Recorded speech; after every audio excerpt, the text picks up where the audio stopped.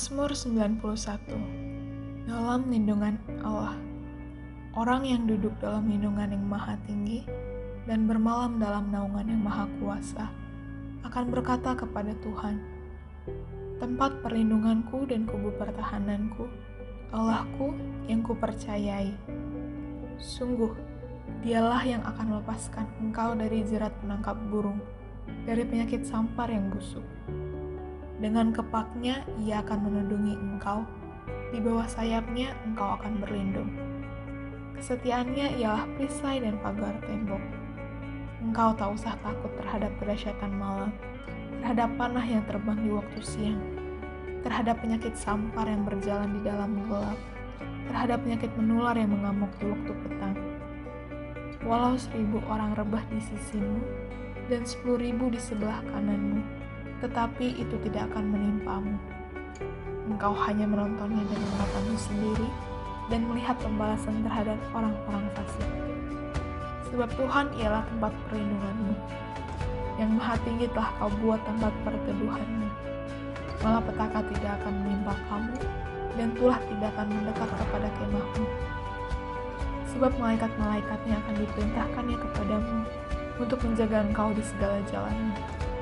Mereka akan menatang engkau di atas tangannya, supaya kakimu jangan terantuk kepada batu. Singa dan ular tedung akan kau langkahi. Engkau akan menginjak anak singa dan ular naga.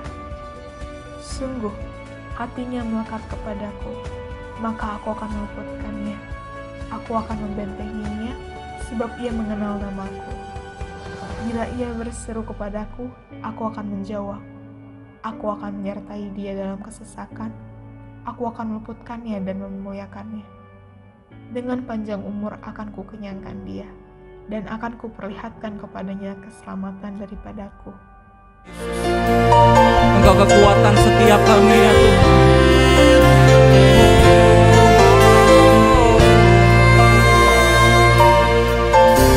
Saat ku berada di tengah gelombang, Kau ada di sana. Hadapi cobaan, lewati ujian,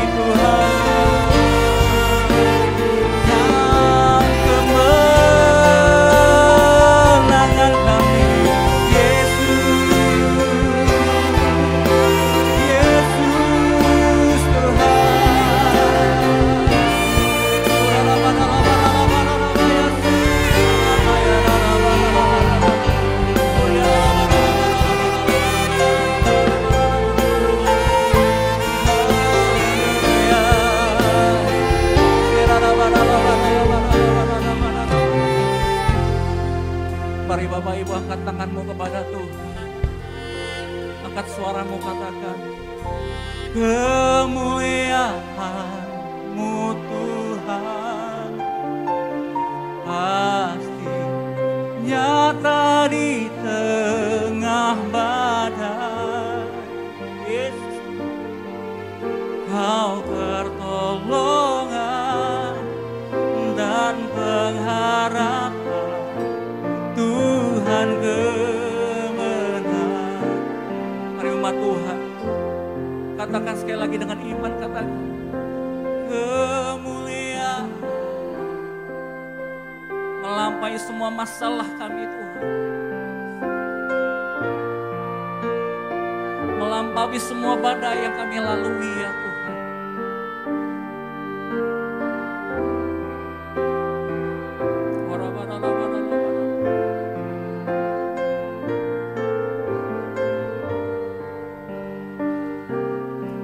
Mari angkat tanganmu Bapak Ibu kepada Tuhan.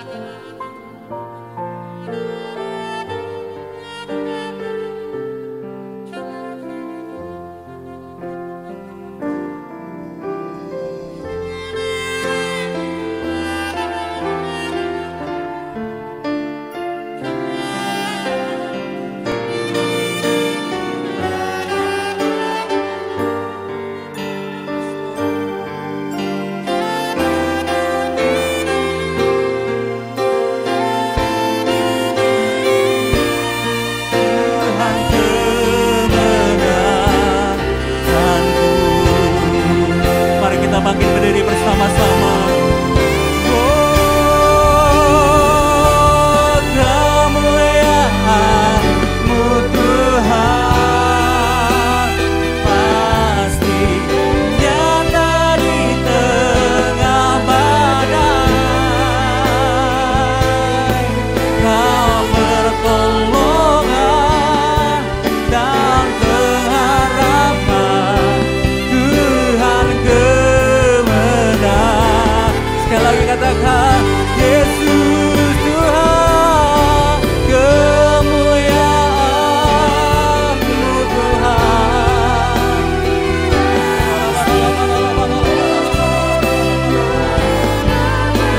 Yesus Tuhan dan pengharapan, menanganku. Yesus, Kau pegang tangan kami ya Tuhan. Oh Yesus, memegangku dengan tangan kananku. Tuhan Yesus memberiku kemenangan, kemenangan. Haleluya, Yesus memegangku dengan tangan kananku. Oh Yesus memberi kami kemenangan, memberiku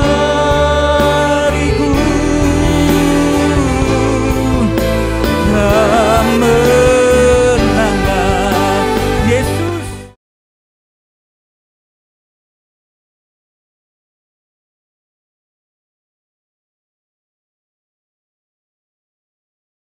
Shalom semuanya. Pada waktu tanggal 20 Februari 2022, waktu saya berulang tahun yang ke-73, saya membaca dari Markus 4 ayat 26 sampai dengan 29 yang berkata seperti berikut. Lalu kata Yesus, beginilah hal kerajaan Allah itu. seumpama orang yang menaburkan benih di tanah. Lalu pada malam hari ia tidur, dan pada siang hari ia bangun, dan benih itu mengeluarkan tunas. Dan tunas itu makin tinggi. Bagaimana terjadinya? Tidak diketahui orang itu. Bumi dengan sendirinya mengeluarkan buah. Mula-mula tangkainya, lalu bulirnya, kemudian butir-butir yang penuh isinya dalam bulir itu. Apabila buah itu sudah cukup masak, orang itu segera menyabit. Sebab musim menuai sudah tiba. Melalui perikop ini, Tuhan berkata bahwa musim menuai sudah tiba. Musim menuai sudah tiba. Hari-hari ini kita sedang memasuki masa penuaian jiwa. Masa penuaian bagi generasi muda yang kita kenal dengan generasi Yeremia. Masa penuaian jiwa yang terbesar dan yang terakhir. Dan Tuhan ingatkan bahwa masa penuaian jiwa itu identik dengan masa peperangan rohani yang dahsyat. Karena itu kita harus menjadi pemenang. Pada waktu Yosua menggantikan Musa untuk masuk dan merebut tanah perjanjian, maka supaya menjadi pemenang, Tuhan berpesan kepada Yosua dalam Yosua 1 ayat 7 sampai dengan 9 yang berkata, hanya kuatkan dan teguhkanlah hatimu dengan sungguh-sungguh. Bertindaklah hati-hati sesuai dengan seluruh hukum yang telah diperintahkan kepadamu oleh hambaku Musa. Janganlah menyimpang ke kanan atau ke kiri, supaya engkau beruntung kemanapun engkau pergi. Janganlah engkau lupa memperkatakan kitab Taurat ini, tetapi renungkanlah itu siang dan malam, supaya engkau bertindak hati-hati sesuai dengan segala yang tertulis di dalamnya. Sebab dengan demikian perjalananmu akan berhasil dan engkau akan beruntung. Bukankah telah kuperintahkan kepadamu, kuatkan dan teguhkanlah hatimu. Jangan kecut dan tawar hati, sebab Tuhan Allahmu akan menyertai engkau kemanapun engkau pergi.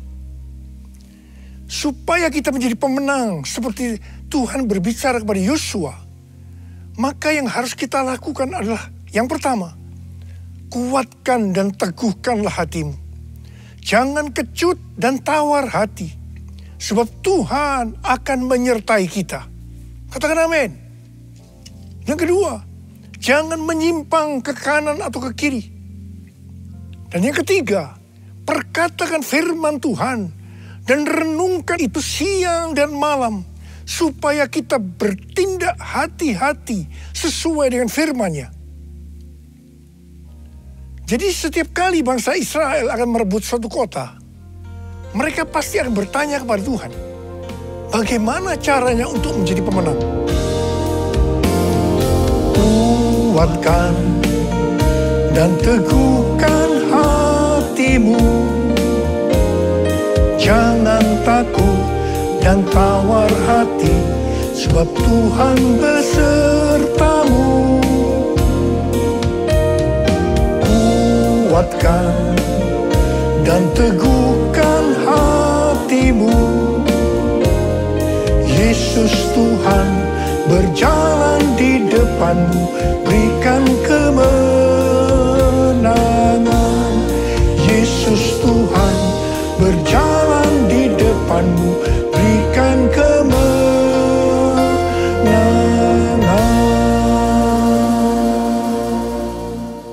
Pada suatu hari, ketika mereka akan merebut kota Ai, mereka tidak bertanya kepada Tuhan. Karena menganggap Ai adalah kota kecil dan jumlah orangnya sedikit. Jadi mereka menganggap enteng. Tetapi apa yang terjadi? Justru mereka kalah perang.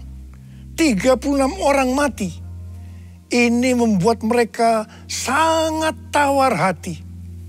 Mereka berseru-seru meminta ampun kepada Tuhan. Pertanyaannya, Mengapa mereka bisa tidak bertanya kepada Tuhan?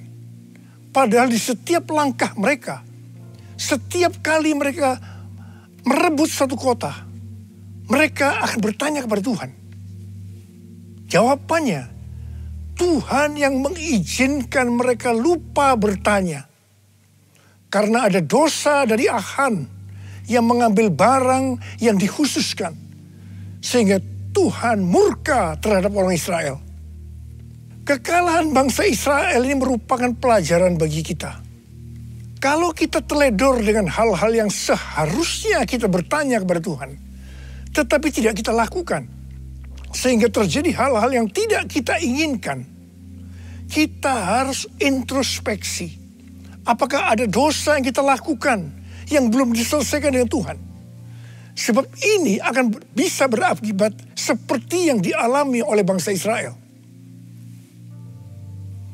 Kalau kita melihat pesan Tuhan Yesus kepada 7 sidang jemaat dalam Wahyu 2 dan Wahyu pasal 3, di mana ini juga berbicara tentang pesan Tuhan Yesus kepada gereja sepanjang masa, termasuk gereja masa kini, maka selalu akan diakhiri dengan kata-kata sebagai berikut.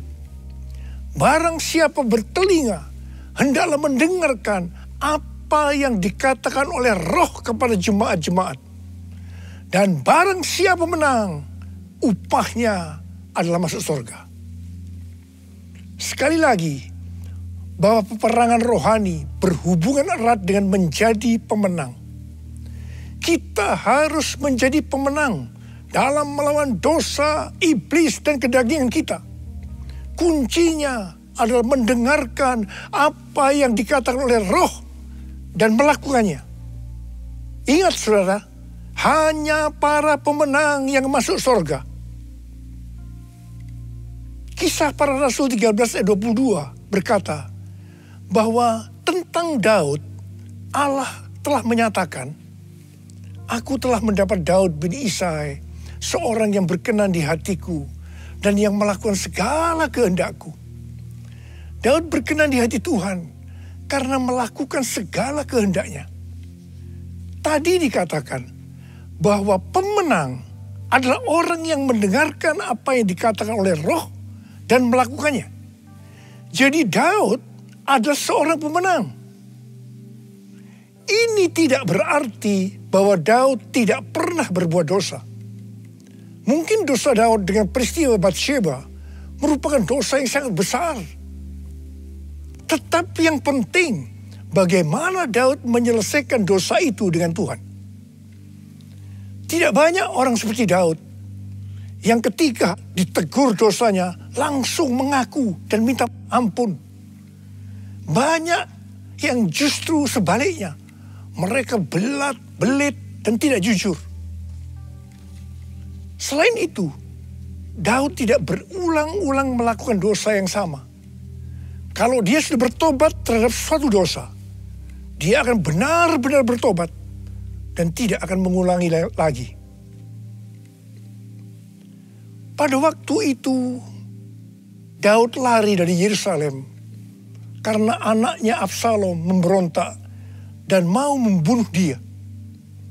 Di tengah perjalanan, ketika hati Daud sedang sedih dan dia menangis, tiba-tiba ada seorang yang bernama Simei, salah satu keluarga dari Saul, di hadapan para pahlawan dan prajurit-prajuritnya.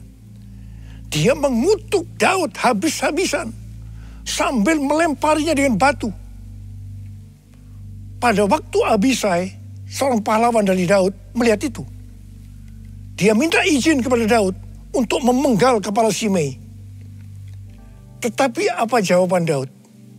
Perhatikan jawaban Daud ini. Biarlah dia mengutuk. Sebab apabila Tuhan berfirman kepadanya, kutukilah Daud. Kita bisa apa? Sedangkan anak kandungku ingin mencabut nyawaku. Apalagi dia yang bukan keluargaku.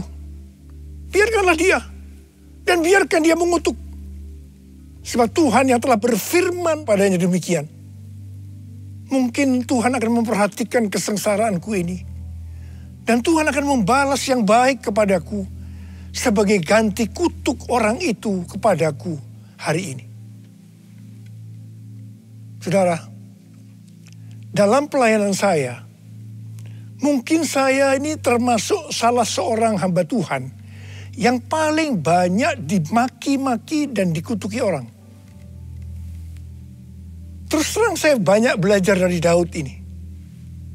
Saya bersyukur kepada Tuhan bahwa sampai dengan hari ini saya masih diberi kesanggupan oleh Tuhan untuk melakukan seperti apa yang telah dilakukan oleh Daud.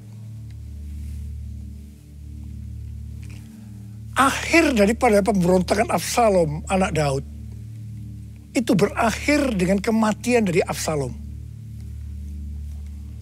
Ketika Daud pulang kembali ke Yerusalem dan ia sampai ke tepi sungai Yordan, maka banyak orang yang menyambut dia, termasuk Shimei.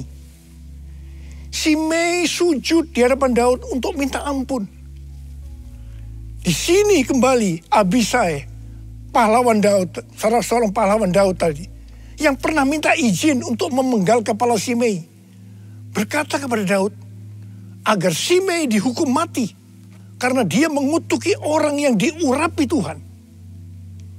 Tetapi Daud dengan tegas berkata kepada Abisai, tidak. Kemudian Daud berkata kepada Shimei, engkau tidak akan mati.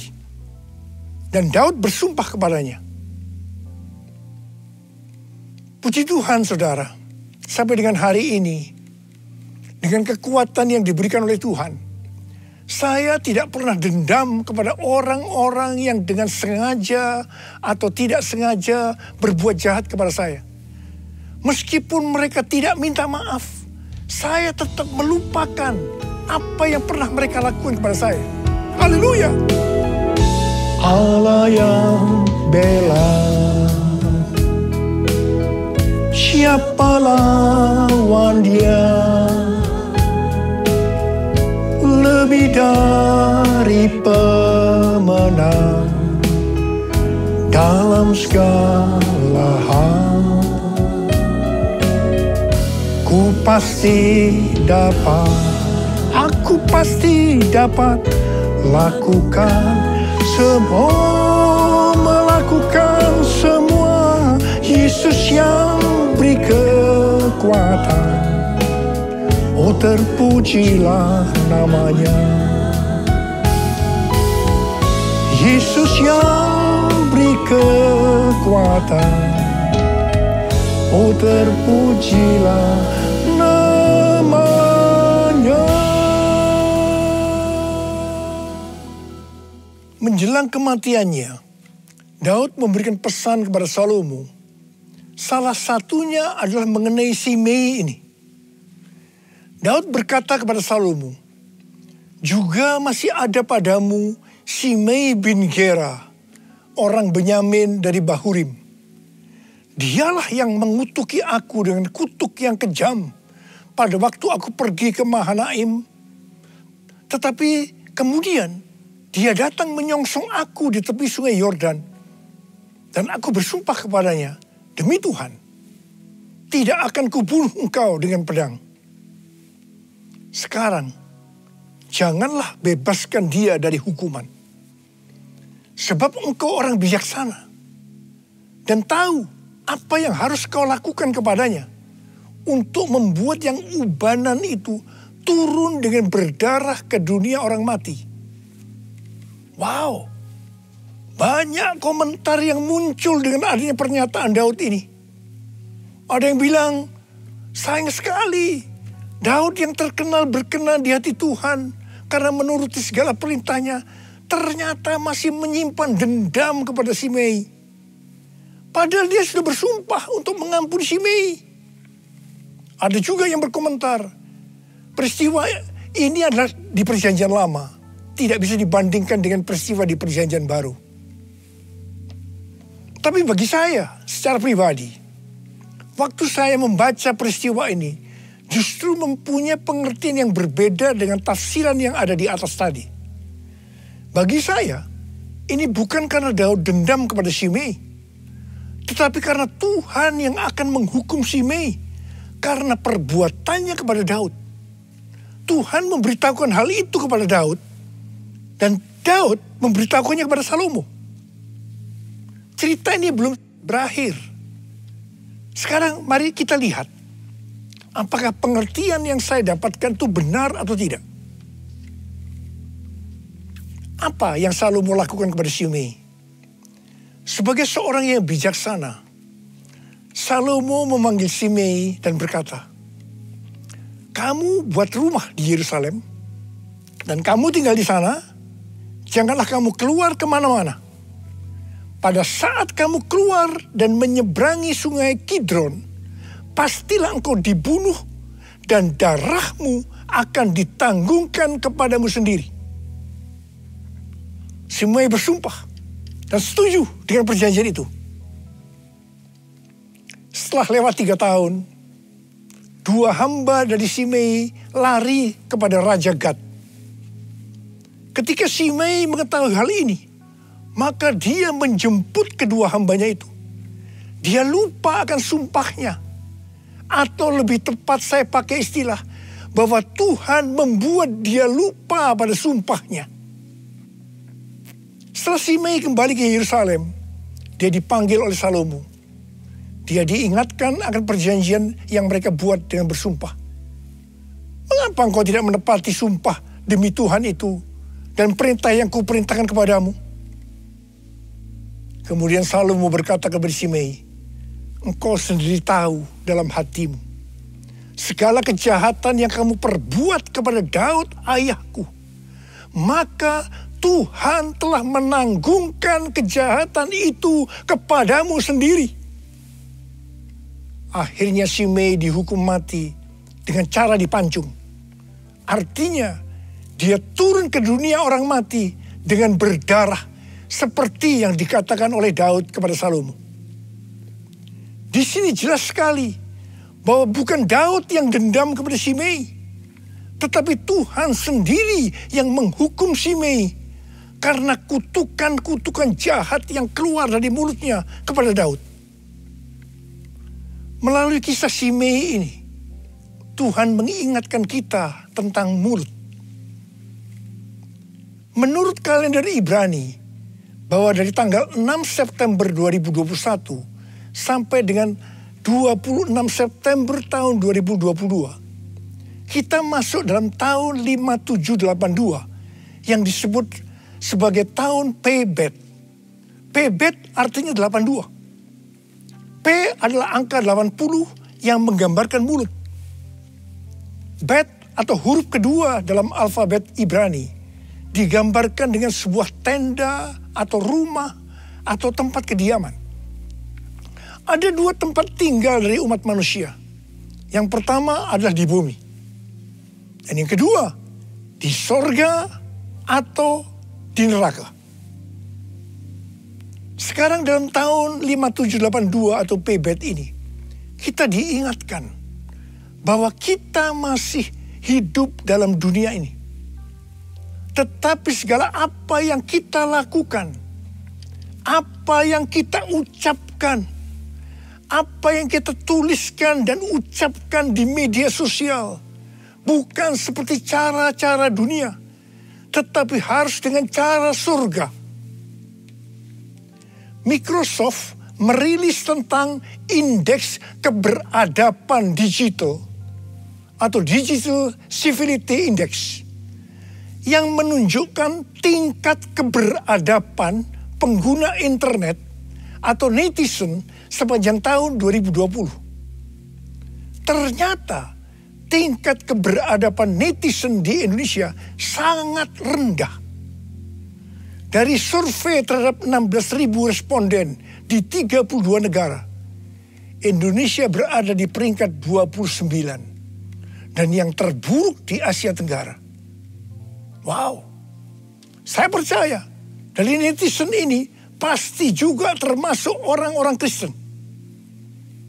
Saya akan mengingatkan kepada saudara tentang perkataan Tuhan Yesus dalam Matius 12 ayat 36 dan 37 yang berkata, tetapi aku berkata kepadamu, setiap kata yang sia-sia yang diucapkan orang harus dipertanggungjawabkannya pada hari penghakiman.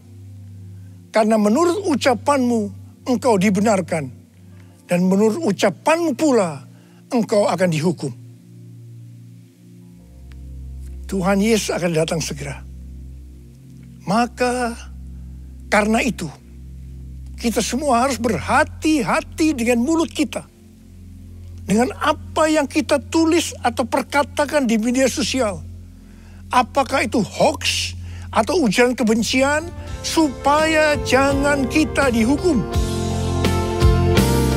Mulutku penuh dengan pujian kepadamu ya Yesus Tuhan.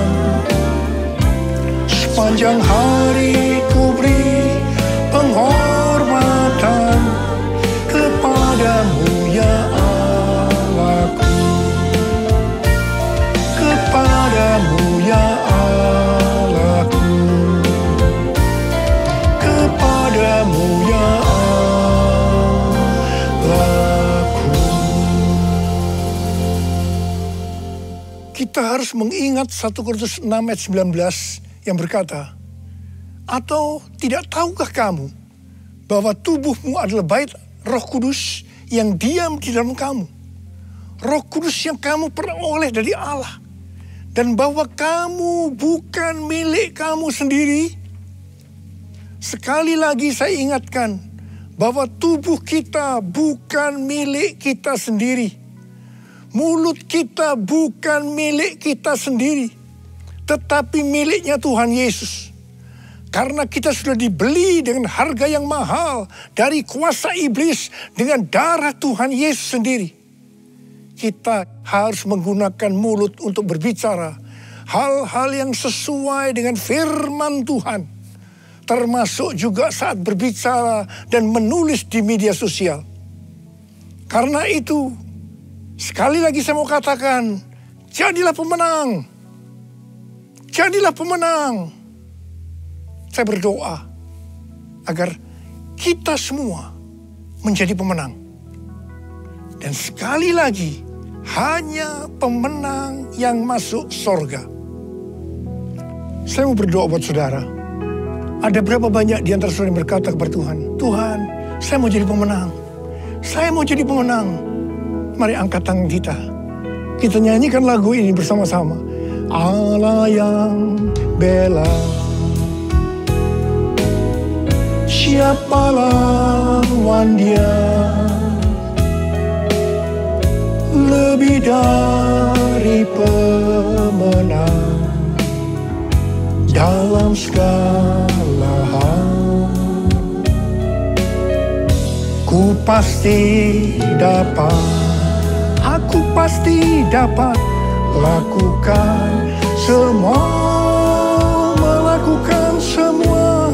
Yesus yang beri kekuatan, oh terpujilah namanya.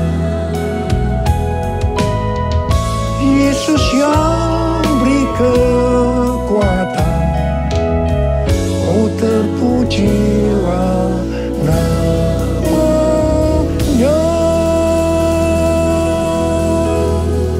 Ya Allah, masyarakat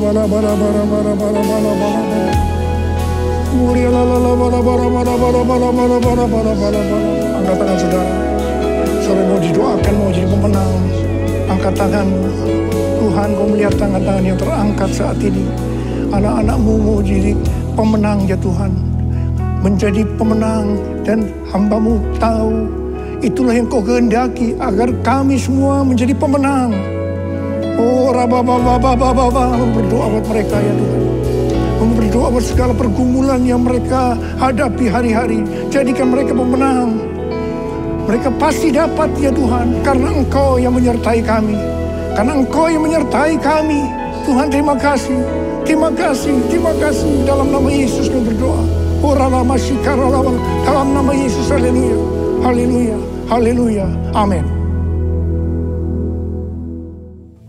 Mari saudara-saudara, kita akan masuk dalam perjamuan kudus. Kita akan mengingat ayat ini. Sebab setiap kali kamu makan roti ini dan minum cawan ini, kamu memberitakan kematian Tuhan sampai ia datang. Perjamuan kudus adalah perjamuan Tuhan Yesus sendiri. Setiap kali kita masuk dalam perjamuan kudus, Tuhan Yesus selalu berkata, biarlah ini menjadi peringatan akan daku. Karena itu mari kita arahkan hati kita kepada kebaikan Tuhan. Supaya kita lebih mengasihi Tuhan Yesus. Supaya kita lebih mengasihi satu dengan yang lain. Mari kita tundukkan kepala. Tuhan, siapakah kami ini sebelum kami mengenal Engkau? Kami semua orang berdosa. Upah dosa adalah maut, mati. Tapi Engkau yang tidak berdosa telah dijadikan dosa oleh karena kami. Engkau harus turun dari surga mulia, menjelma menjadi manusia, mati ganti kami dengan penderitaan yang luar biasa. Sungguh kalau kami pikirkan Tuhan betapa baiknya Engkau itu. Engkau jadikan kami sebagai anak-anak-Mu. Engkau memberkati, Engkau menuntun, Engkau membela kami ya Tuhan. Engkau menyembuhkan kami, Engkau juga menegur kalau kami salah. Itu Engkau ya Aba, itu Engkau ya Aba. Tuhan terima kasih. Tuhan terima kasih. Tuhan akan memberkati kita melalui perjamuan kudus ini. Tapi Tuhan mau kita makan dan minum dengan cara yang benar. Karena itu mari kita introspeksi. Jujur di hadapan Tuhan. Jangan ada yang disembunyikan. Kalau ada hal-hal yang saat ini Tuhan ingatkan. Agar kita harus menyelesaikan dengan Tuhan. Mari kita selesaikan. Mari kita selesaikan sebelum kita masuk dalam perjamuan kudus. Katakan, ampuni saya Tuhan. Ampuni saya. Ampuni saya. Ampuni saya Tuhan. Ampuni saya. Kau melihat anak-anak-Mu yang sedang meminta ampun kepadamu ya Aba. Ampuni mereka. Ampuni juga hamba-Mu ini. Ampuni kami semua. Bapa, terima kasih. Kami akan masuk dalam perjamuan kudus dengan hati yang penuh ucapan syukur. Dalam nama Yesus kami berdoa. Amin. Sekarang mari kita angkat roti di tangan kanan kita tinggi-tinggi. Sebab apa yang telah kuteruskan kepadamu telah aku terima dari Tuhan. Yaitu bahwa Tuhan Yesus pada malam waktu diserahkan mengambil roti. Dan sesudah itu ia mengucap syukur atasnya. Ia memecah-mecahkannya dan berkata, inilah tubuhku yang diserahkan bagi kamu. Perbuatlah ini menjadi peringatan akan aku. Saya dikasih Tuhan, bukankah roti yang kita pecah-pecahkan ini adalah persekutuan kita dengan tubuh Kristus? Mari kita makan dalam nama Yesus.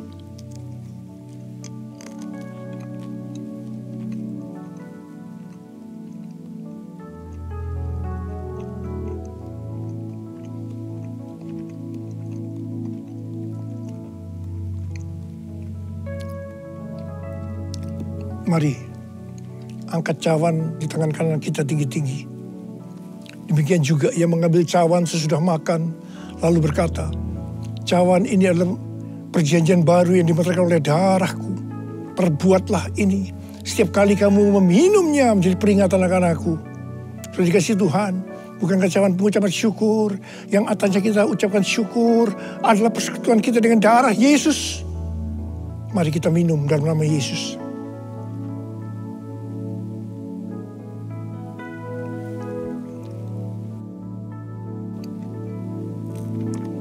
Mari angkat tangan kita. Ucapkan syukur kepada Tuhan dengan suara. Jangan diam. Tuhan terima kasih. Tuhan terima kasih buat kebaikan-Mu ya Tuhan. Oh rala bara bara bara bara bara bara. Terima kasih. Terima kasih Tuhan. Terima kasih.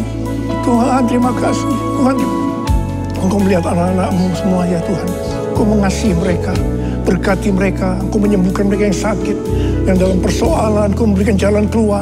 Mujizat terjadi dalam kehidupan mereka. Terima kesembuhan, terima mujizat Tuhan, terima. Terima kasih ya Aba, terima kasih ya Aba, terima kasih. Terima kasih Yesusku, terima kasih Yesusku. Puji syukur hanya bagi Tuhanku. Terima kasih Yesusku. Terima kasih Yesusku. Puji syukur hanya bagi Tuhanku. Terima kasih. Terima kasih Yesusku. Terima kasih Yesusku. Puji syukur hanya bagi Tuhanku. Terima kasih Yesusku. Terima kasih Yesusku. Puji syukur hanya bagi Tuhanku. Puji syukur hanya bagi Tuhanku. Puji syukur hanya bagi Tuhanku.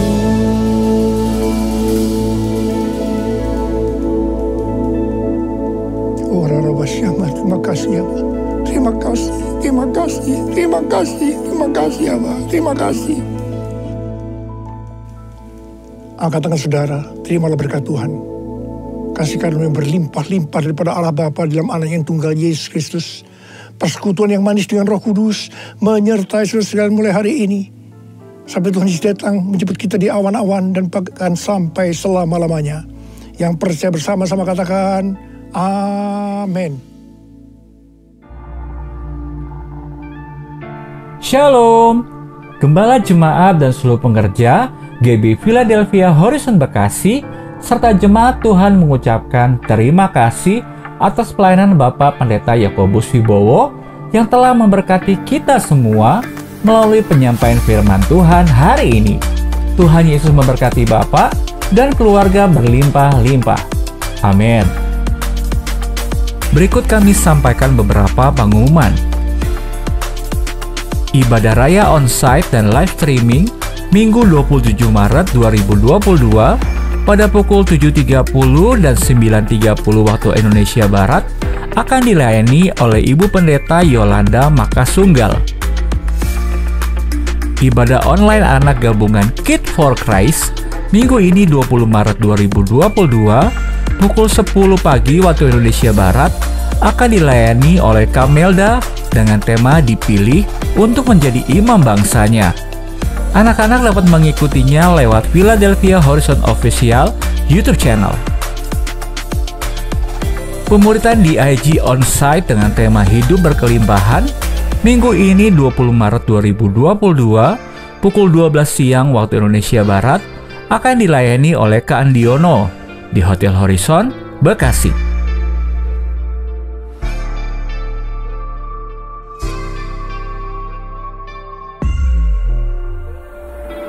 Doa bersama pukul 9 malam waktu Indonesia Barat di tempat masing-masing setiap hari. Puji Tuhan, kembali diadakan ibadah doa pagi secara on-site. Pukul 9 pagi waktu Indonesia Barat setiap Jumat di Sekretariat GBI Philadelphia HI3, Kota Harapan Indah, bersama Bapak Pendeta Samuel Harnadi.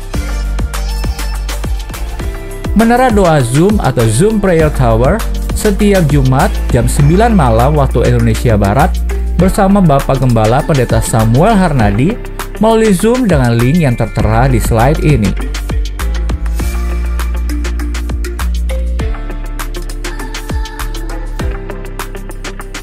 Azusa Prayer Tower khusus Rayon 5 setiap Rabu jam 6 sore waktu Indonesia Barat melalui Zoom dengan link yang tertera di slide ini. Pesan gembala kita Bapak Pendeta Samuel Harnadi untuk kita memperhatikan 7 tahun dan 7 bulan dengan mempersiapkan diri kita dan lebih bersungguh-sungguh di dalam Tuhan.